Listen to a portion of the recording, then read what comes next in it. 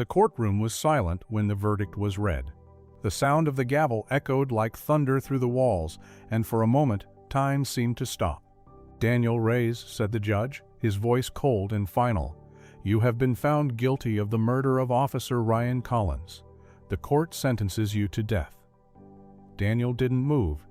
He stared at the wooden table in front of him, his hands trembling but his face expressionless. His mother, Elena, gasped from the back row and fell to her knees, clutching the rosary she always carried. The courtroom blurred. Journalists whispered, officers moved forward to escort him away, but Daniel could only hear one thing: the sound of his mother's voice, faint but clear. She was praying the Hail Mary. That sound followed him out of the courtroom and into the darkness that would soon become his life. Elena Reyes had been a woman of faith all her life. Every Sunday, she sat in the same pew, holding the same worn rosary that had belonged to her grandmother. She believed that no prayer was ever wasted, that even when God seemed silent, heaven was still listening. Her son had not always been like this. When Daniel was a boy, he'd help her light candles before Mass. He would carry her small purse and joke about how long she prayed. He was kind, gentle, and full of promise. But life had a way of stealing the light from gentle souls. At 16, Daniel started spending time with older boys who promised him easy money and respect. By 18, he was already on the wrong side of the law. And at 25, a single night changed everything. A robbery that spiraled out of control. A gunshot. A man on the ground. Daniel swore he didn't fire the weapon, but the world didn't believe him. The evidence was strong. The police were angry. The trial was short. His lawyer inexperienced and tired. And after only 4 hours of jury deliberation, his fate was sealed. Elena never believed the verdict. Not for a second. She visited him the first week he was taken to prison. Then the next, and the next.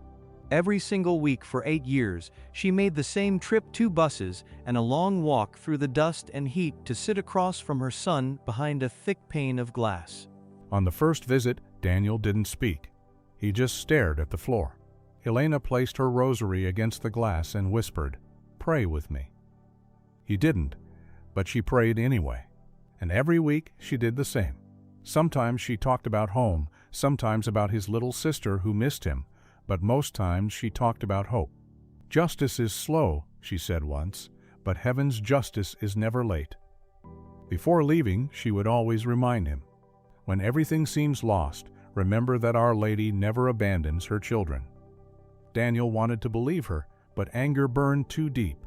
He couldn't forgive himself or anyone else. He spent long nights staring at the ceiling, wondering if God had forgotten his name. But still, week after week, his mother came.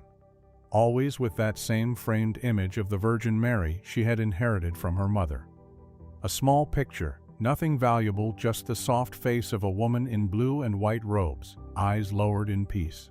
When the guards allowed it, she would press the image against the glass so he could see it. "She's with you," she'd whisper. Daniel didn't answer. But in the dark of his cell, those words stayed. He would remember the way the light fell on his mother's face, the sound of her prayers through the static of the intercom, and the quiet dignity in her eyes when she said goodbye. Years went by. Appeals were filed and rejected. Newspapers forgot his name. Friends stopped writing. But his mother never stopped praying. And slowly, beneath the layers of bitterness and fear, something began to move inside him, something he didn't recognize yet. One night, after she left, Daniel sat on his bed and took a deep breath. For the first time in years, he whispered a prayer he thought he had forgotten. "Hail Mary, full of grace."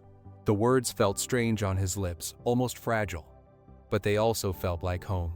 That night, before he fell asleep, he could still hear his mother's voice echoing softly in his mind. When justice fails, heaven begins its work. He didn't understand what those words meant, not yet. But years later, on the night before his execution, he would discover that his mother had been right all along, because heaven had been listening. The days in prison passed like slow-moving shadows. Each one began the same: the clang of metal doors, the echo of footsteps, the smell of coffee and bleach. And each one ended in silence. For Daniel Reyes, Time had stopped meaning anything. He marked the years only by the fading colors of the calendar pinned to his wall and the birthdays he could no longer celebrate. Outside those gray walls, the world kept moving, but inside, everything stood still. At first, Daniel lived in anger. He refused to speak to anyone. He turned his face away from the chaplain who tried to visit him, and he threw away the Bible they placed on his bed. He thought of himself as a ghost, someone the world had buried early. But his mother didn't let the ghost rest. Every week, like clockwork, she appeared in the visiting room, her hands shaking but her eyes strong. She spoke softly through the phone on the wall, her voice full of love, never accusation. She told him about the church, about how the priest prayed for him during Mass, about the candle she lit every night for the Virgin Mary to intercede. Sometimes Daniel didn't answer. Sometimes he did. But every time, her faith cut through the distance between them. In his cell, Daniel began to notice the small things: the sound of birds in the morning, the cool air through the small barred window, the way light bent across the concrete floor. He began to listen again. That's when Father Patrick O'Donnell came into his life. The old priest had been serving in the prison for decades. He had seen everything: the hardened faces, the empty eyes, the ones who pretended not to care. But something in Daniel caught his attention. Maybe it was the quiet, or maybe the way he looked down when others mocked prayer. Father Patrick didn't come to preach. He came to talk. He told Daniel about forgiveness not as a word in a book, but as a bridge that could save a soul. He said that faith isn't the absence of pain, but the courage to walk through it. At first, Daniel listened only out of respect. But soon, the priest's visits became the one thing he looked forward to. They would sit together in the small chapel, the only place in the prison that didn't smell like metal or concrete, and talk about hope. Sometimes they prayed the rosary together, and Daniel found comfort in its rhythm, in the repetition that once felt meaningless, but now sounded like heartbeat and mercy. He began to write letters, long ones to his mother, short ones to the families of people he had wronged. He apologized even for things that weren't his fault. It made him feel lighter. Years rolled by. The walls didn't change, but Daniel did. He began helping the guards clean after Mass. He taught one of the younger inmates how to read. He even smiled again. But no matter how much peace he tried to build, the truth still haunted him. He often lay awake at night, staring at the ceiling, whispering, "I didn't do it." There was no one to listen except heaven. Then, one winter evening, as cold rain beat against the small window, something happened. Daniel was sitting on his bed, praying the rosary his mother had begged the warden to allow. He was halfway through the second decade when the air around him changed. The cell grew warm, though the night was freezing. He felt the hairs on his arms rise, but he wasn't afraid. A light soft and white filled the space before him, and in that light he saw a woman. Her robe was the color of the sky at dawn, her veil pale as moonlight. Her eyes shone with compassion so deep it made him tremble. She looked at him and said gently, "Your mother has never stopped praying for you. Keep praying. The truth will come to light." Her voice was calm, like wind over water. And then she was gone. Daniel sat frozen, tears running down his face. He didn't know how long he stayed like that, but when he finally stood, something inside him had shifted. He no longer felt forgotten. He no longer felt angry. He felt seen. The next morning, he told Father Patrick about the vision. The priest listened quietly, his eyes filled with wonder. He said, "Our Lady appears to those who need her most." From that day on, Daniel prayed differently. Not to escape death, but to embrace peace. He no longer asked to be freed. He asked to be forgiven. And in that cell, surrounded by walls built for punishment, Daniel found something the world could never take from him again. He found faith. After the vision, Daniel was not the same man anymore. Something unseen had awakened inside him, quiet but unbreakable. The other inmates noticed it first: the way he spoke softer, the way his eyes seemed calm even when others shouted. The guards noticed too. He didn't argue anymore. He didn't complain when days dragged on. He spent hours reading the small Bible his mother had sent years earlier, the one that had gathered dust at the back of his cell. He often sat by the barred window, where a thin line of light slipped through the gray walls. There, he would whisper the rosary and end every prayer with the same words. "Mother Mary, let the truth come." Father Patrick continued to visit him every week. Their conversations became deeper, more like those between friends than priest and prisoner. Sometimes they spoke about life after death, other times about what it meant to forgive those who had wronged you. "Forgiveness doesn't erase what happened," the priest once said, "but it frees the one who carries the wound." Daniel thought about those words every day. He forgave the jury, the detectives, even the man who fired the gun. He prayed for them one by one until the bitterness disappeared from his heart. Years passed quietly, marked only by seasons seen through a small square of sky. But in 2003, the letter came. It was short, formal, cold. All appeals denied. Execution scheduled for October 18th at 6 p.m. Daniel held the letter in his hands for a long time before folding it neatly and placing it beside the image of the Virgin Mary that his mother had given him years earlier. He stared at the image, the gentle eyes, the calm face, and whispered, "If this is my time, let it be in peace." That night, Father Patrick came to see him.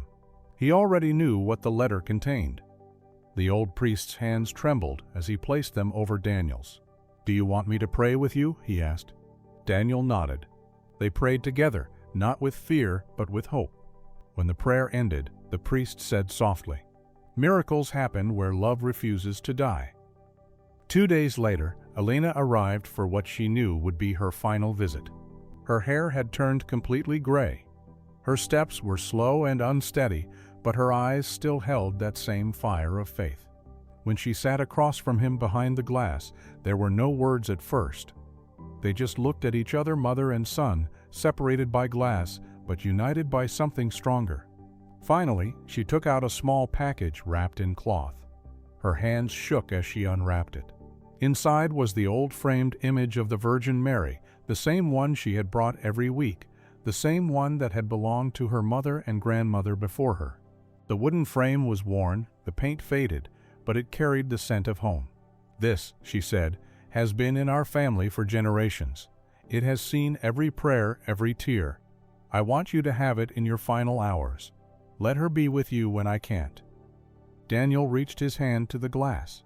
She pressed hers on the other side. Their hands didn't touch, but the love between them filled the space. "Thank you, Mama," he said quietly, "for never giving up on me." Elena smiled through her tears. "Our Lady never abandons her children," she whispered, just as she had 100 times before.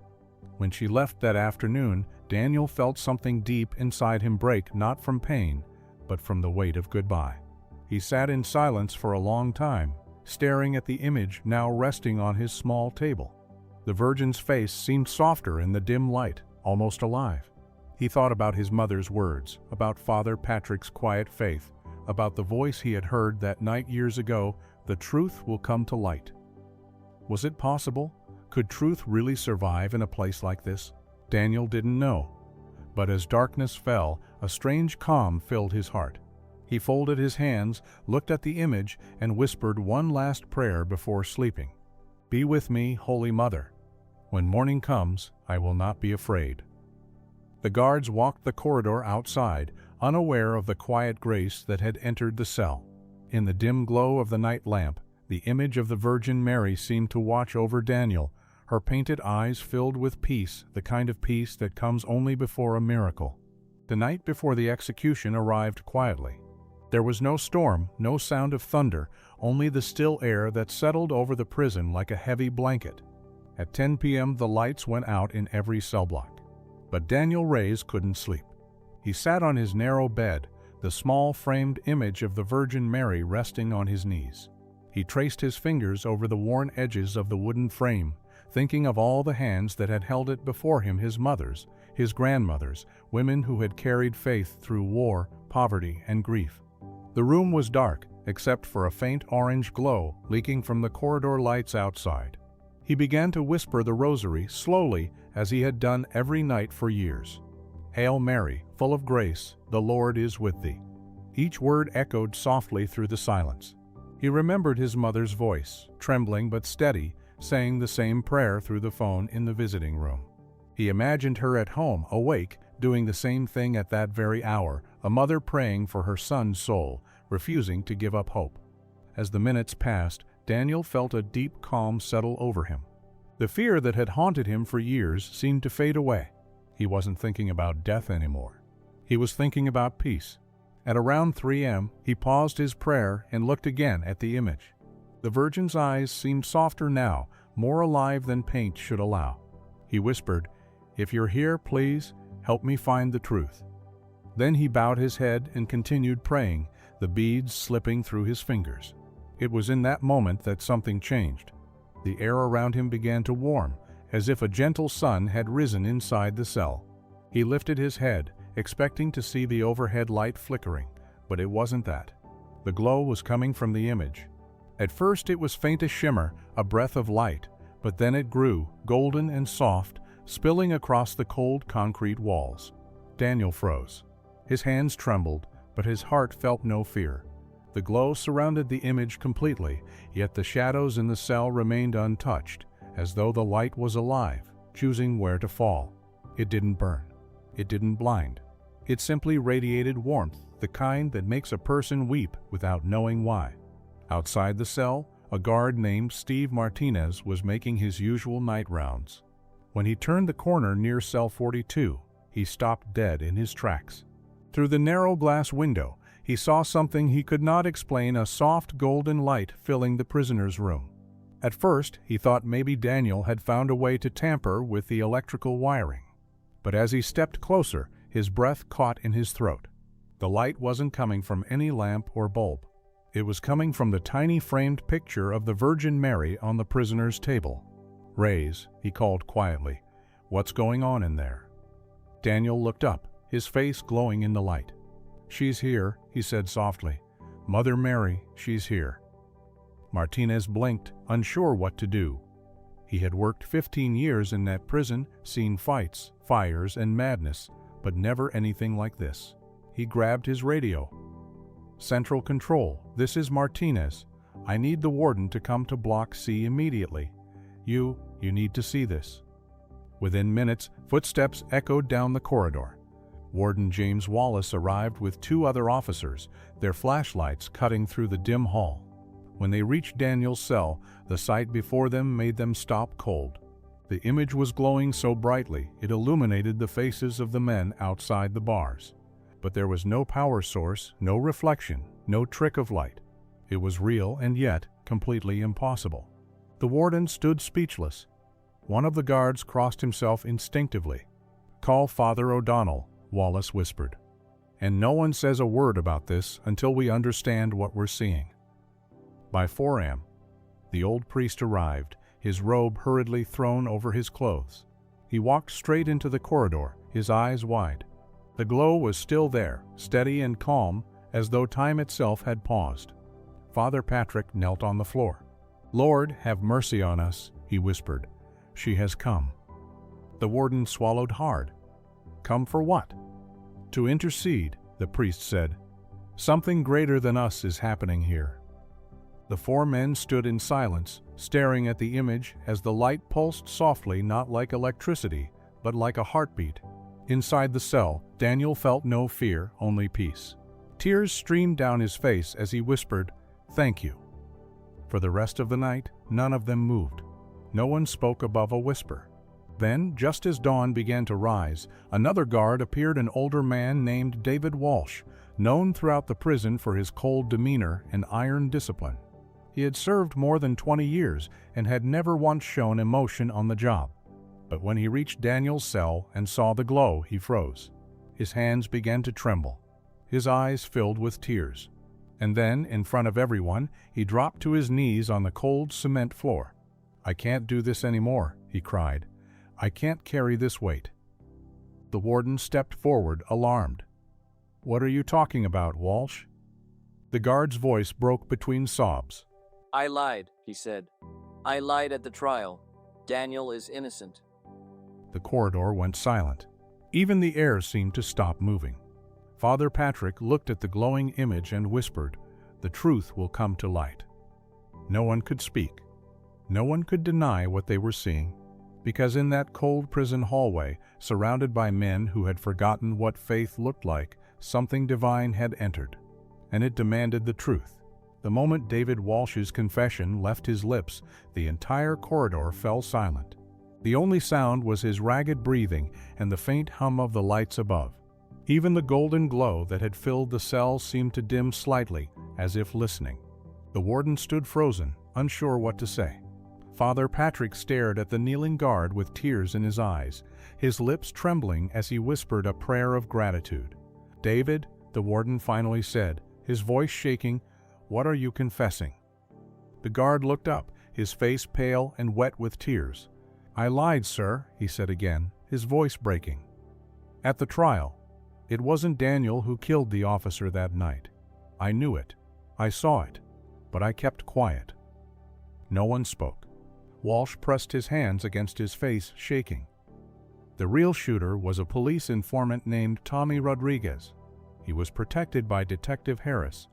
Harris paid me to say I saw Daniel holding the gun. I told myself it was for justice, but it was for fear. I couldn't live with it anymore.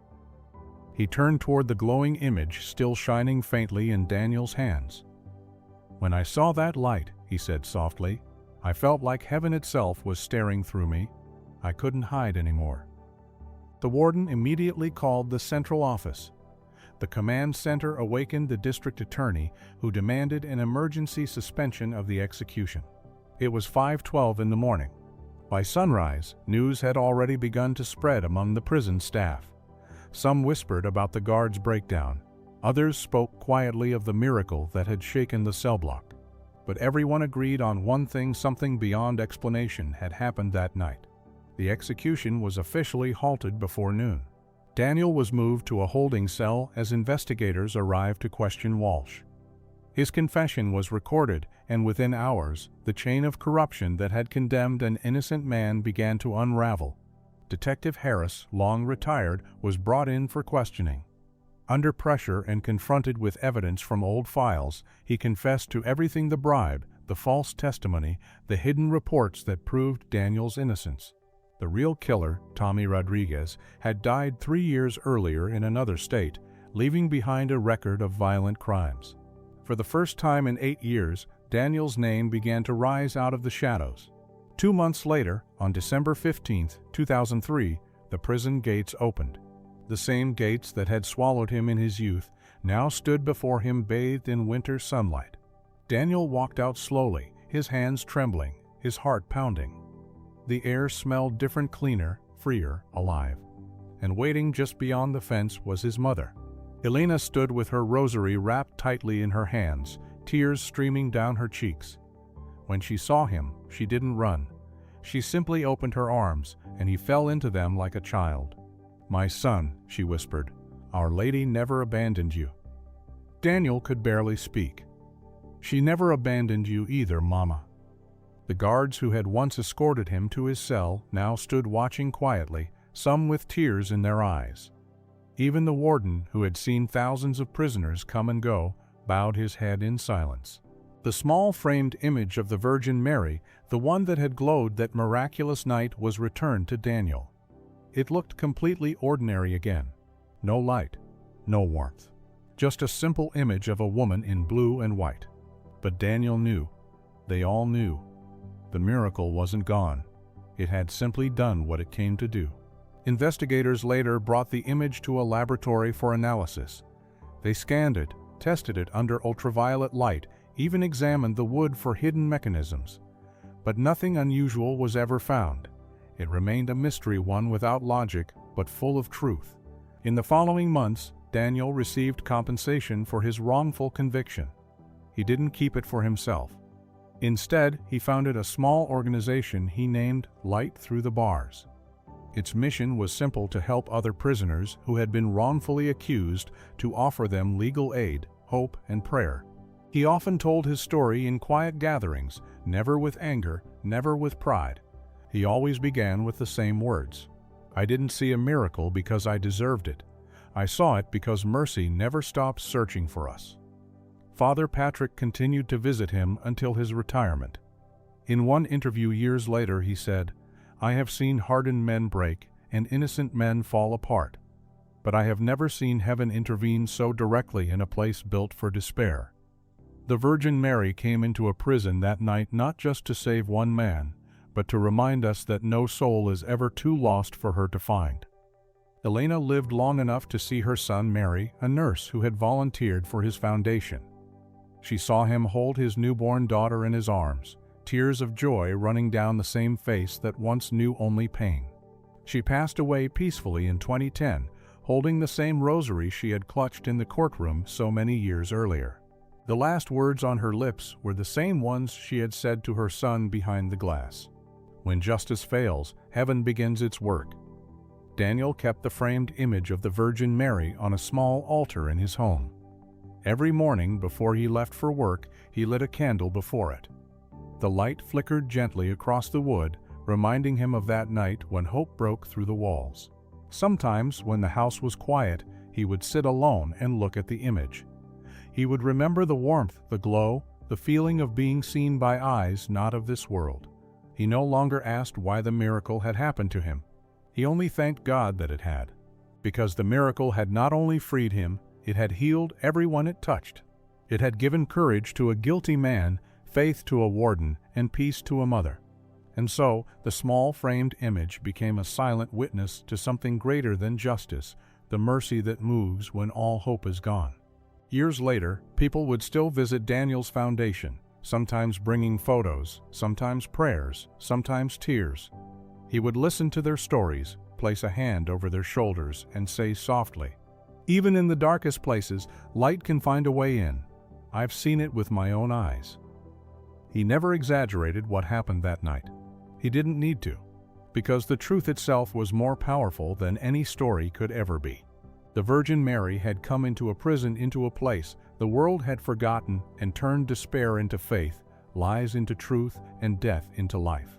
And in every prayer that rose from those who heard his story, she continued her quiet work the same she began the night her image glowed in a condemned man's cell. A reminder for all who doubt, for all who suffer, and for all who wait in silence. No wall, no chain, and no sentence can stop the mercy of heaven. Because when the world turns its back, the Mother of God walks through the darkness, carrying the light that never fades.